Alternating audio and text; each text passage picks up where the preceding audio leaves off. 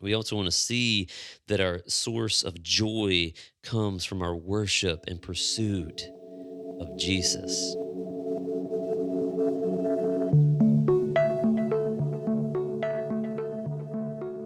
Hello and welcome to Rooted Together podcast, a podcast which aims to root you in Christ through his word together. I'm your host, Charles Hegwood.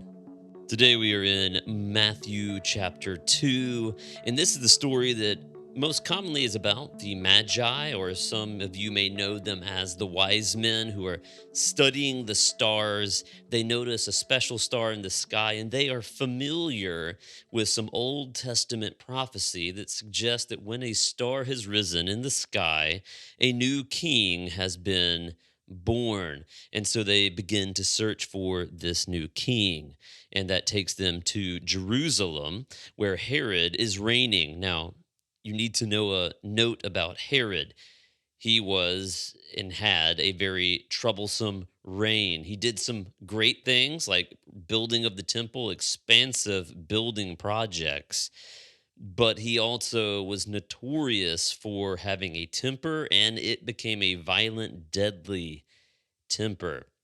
And so when the Magi arrive, they tell Herod, "We are looking for the newborn king." Now, this obviously troubles Herod because he is the king of this area. And in Roman times, you would have like a vassal king or a puppet king, where Herod had real power. He had control over the local army and the rule, but he obviously bowed down to Caesar, and he was under Rome's jurisdiction. However, the news of a new king would have been troubling to this king, and he decides to play it off and tell them, "Well, I want to worship this new king as well.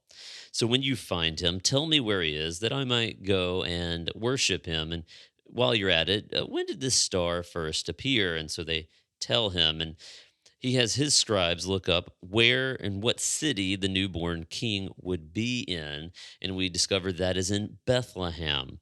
And so the Magi go off to Bethlehem, and that's where they find Jesus. They give him the presence of gold, frankincense, and myrrh, which could have multiple meanings: the gold for a king, the frankincense for Jesus in his high priestly role, and myrrh as a burial spice, which is what it was. Another way to look at this would be that these gifts would be used for their flight to Egypt. Not literally a flight, but they're running to Egypt, which will happen at the end of this story. And so that's the story. And as they're there, an angel actually speaks to them in a dream and tells them, "Don't go back to Herod. He is fooled you. He does not want to worship the king. He wants to kill him." And so they go back another way. It's not long before Herod is troubled, and it says all of Jerusalem with him, because when Herod is troubled, everyone's troubled, because he gets angry and he gets violent. And as the story prepares for its end, Herod sends a kill squad to Bethlehem, and Mary and Joseph are warned in a dream, flee and escape to Egypt. And as we're going to look at as we dig into this text, all of this happens according to the plan of God. So let's jump in a little deeper here. So, again, we talked about this is after Jesus had been born. Your typical manger scenes have the wise men. However, this was likely historically inaccurate. They probably did not come for some 2 years later, and that is, we evidence that because Herod kills all the children 2 and under. So Jesus was born somewhere in that range, and the Magi visit the newborn Jesus. They bring him gifts.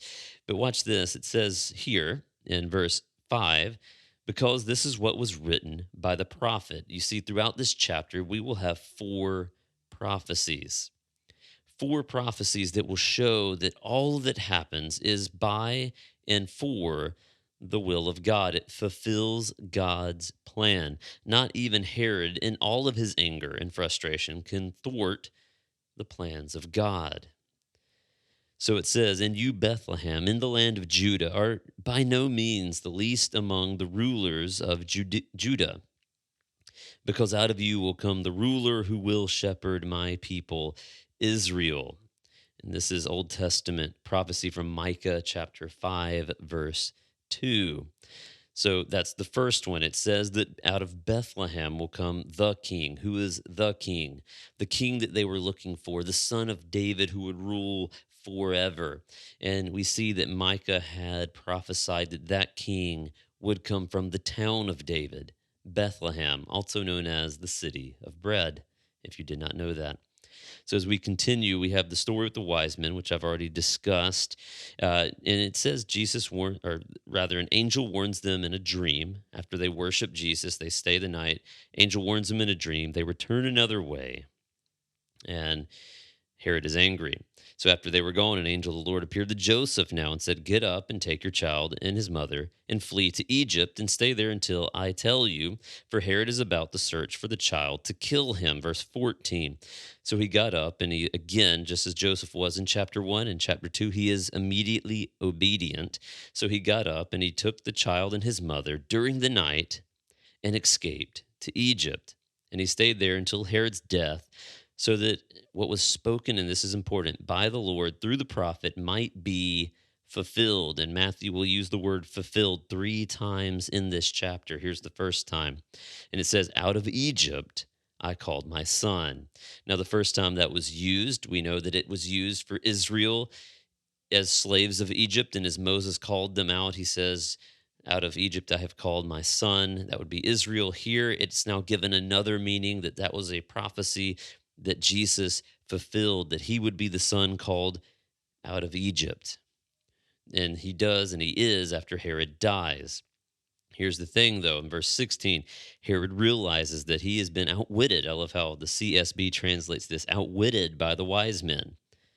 And he flew into rage, and he gave orders to massacre all the boys in and around Bethlehem who were 2 years old and under, in keeping with the time that he had learned from the wise men. That means the range of years when the star appeared. And then what was spoken through the prophet Jeremiah was fulfilled, second time fulfilled. A voice was heard in Ramah, weeping and great mourning, Rachel weeping for her children, and she refused to be consoled because they are no more. There was certainly weeping in Bethlehem, but this may cause us to ask, and again, this is not enough time in this episode to explain all of this. Why do we not see this incident recorded anywhere else but the Bible? And my very short answer, and there's many who have done more long form answers on this, and they're very good.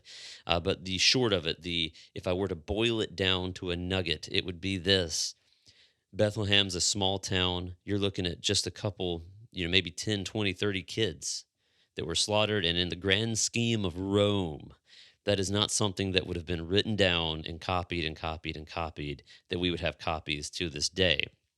That is just isn't big news for that area. And it wasn't out of line for anything Herod did either. We know that he did about as bad stuff. He was a killer. He had no problem uh, he had no problem sending kill squads anywhere he wanted. So this wasn't big news, but what is big news is it fulfills yet another prophecy, that Rachel is weeping for her children because they are no more. And that's a dark prophecy, but it's a prophecy. It has been fulfilled. Even in Herod's rage, it is futile. And we continue down. After Herod died, an angel of the Lord appeared in a dream to Joseph again. This is yet another dream, saying, "Get up and take the child and his mother, go to the land of Israel, because the one who intended to kill you and the child are dead." And so he got up and he took his child and his mother and entered the land of Israel. But when he heard that Archelaus was ruling over Judea in place of his father, Herod, he was afraid to go there, and being warned in a dream, he withdrew to the region of Galilee, which we know as Nazareth. And watch this one last time here. It says this: he went to the town called Nazareth to fulfill what was spoken through the prophets, third fulfillment, that he would be called a Nazarene.